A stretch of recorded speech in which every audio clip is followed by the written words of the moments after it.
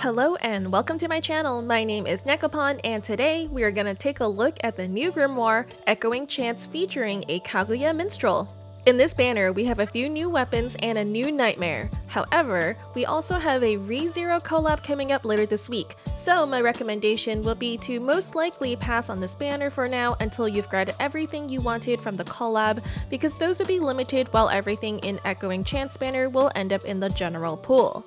World creators J-Dash, Izzy, and myself will all be doing a reaction stream to the SINoALICE times at J-Dash's Twitch channel, so I'll leave a link below for you guys to hang out with us if you want.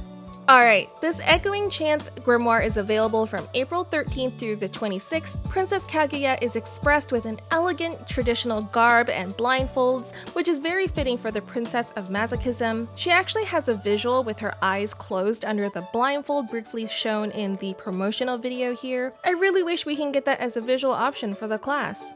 Her stats with both arcanas come out to a total of 100 magic defense, 100 physical defense, 100 magical attack, 100 physical attack, and a beefy 900 HP, good for anyone that feels they're lacking in HP.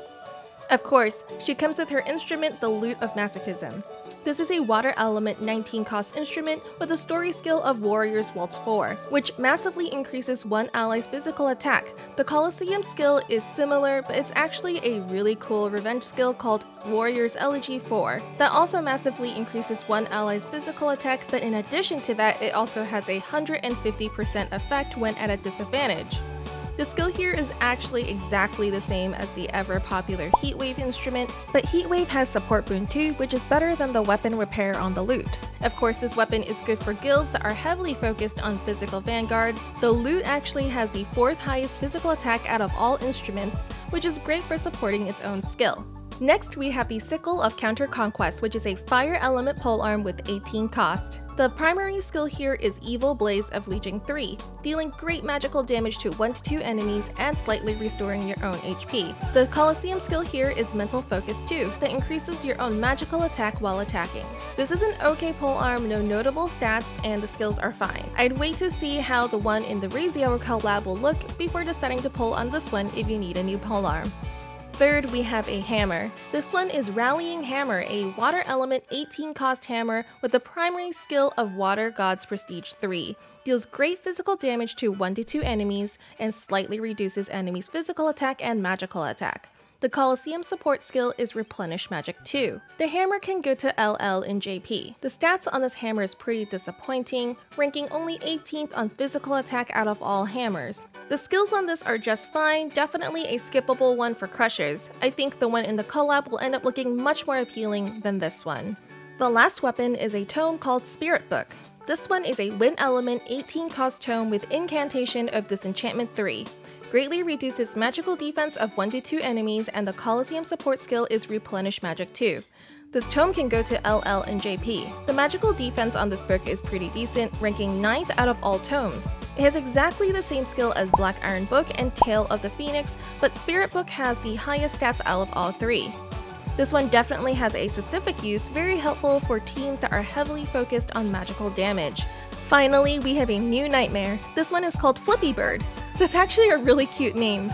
The story skill on this is Begrudging Blade 3, massively reduces physical and magical attack of all enemies, and the Colosseum skill is Hindering Whale 3, that massively reduces the activation rate of enemy support skills. This summon skill ends when there are less than 2 minutes left in the Colosseum. The story skill seems pretty useful for Conquest, and the Colosseum skill is exactly the same as Noin's.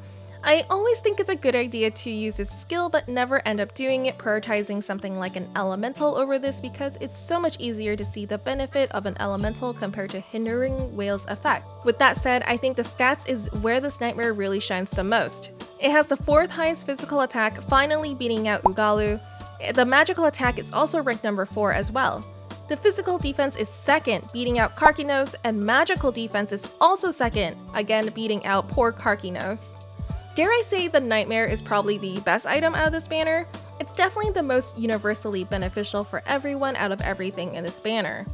Unfortunately, we can only equip 5 nightmares in our main grid, and not many people actually prioritize limit-breaking nightmares anymore, so I'm not sure how much stat improvements can actually be made with Flippy Bird in the end.